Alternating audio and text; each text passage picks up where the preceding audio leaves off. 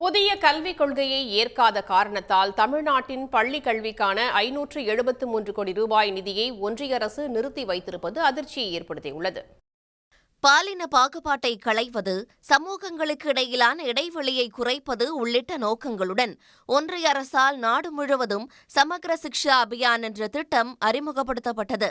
இத்திட்டத்தின் கீழ் தமிழ்நாட்டிற்கு 2024-2025 கல்வியாண்டுக்காக 3586 கோடி ரூபாய் ஒதுக்கீடு செய்யப்பட்டது.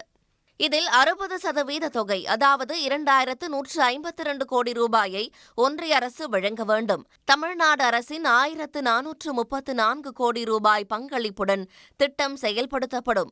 ஒன்றிய அரசு 4 தவணைகளாக நிதியை வழங்க வேண்டும். ஆனால் PM ஸ்ரீ திட்டத்தில் மும்மொழிக் கொள்கையை தமிழ்நாடு அரசு ஏற்க மறுத்ததால் சமக்ர சிக்ஷா அபியான் திட்டத்துக்கான முதல் தவணை 573 கோடி ரூபாய் நிதியை ஒன்றிய அரசு நிறுத்தி வைத்திருப்பது அதிர்ச்சியை ஏற்படுத்தியுள்ளது. முதல் தவணை தொகையை ஜூன் மாதமே ஒன்றிய அரசு விடுவித்திருக்க வேண்டும். ஆனால் தமிழ்நாடு அரசு தொடர்ந்து வலியுறுத்தியும் கூட இதுவரை நிதி ஒதுக்கப்படவில்லை. PM ஸ்ரீ திட்டத்தில் மும்மொழிக் கொள்கை, கற்றல் கற்பித்தல் போன்றவற்றை ஏற்றால்தான் சமக்ர சிக்ஷா அபியான் திட்டத்திற்கு நிதி தருவோம் என்று ஒன்றிய அரசு கூறுவது கூட்டாட்சி தத்துவத்திற்கும் அரசியலமைப்பிற்கும் எதிரானது என்று கல்வியாளர்கள் கண்டனம் தெரிவித்துள்ளனர்.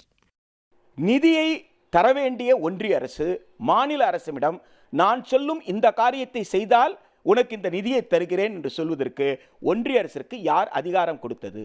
நான் சொல்ற மாதிரி தான் நீ செய்யணும்னு சொல்வதற்கு ஒன்றிய அரசிற்கு யாரும் அந்த அதிகாரத்தை கொடுக்கவில்லை. அந்த அதிகாரத்தை தானே ஒன்றிய அரசு எடுத்துக்கொள்கிறது, மாநில அரசுகளை நிர்பந்திக்கிறது. இதன் விளைவு என்னன்னு கேட்டா, பள்ளி பருவ மாணவர்களுடைய எதிர்காலம் பாதிக்கப்படுகிறது.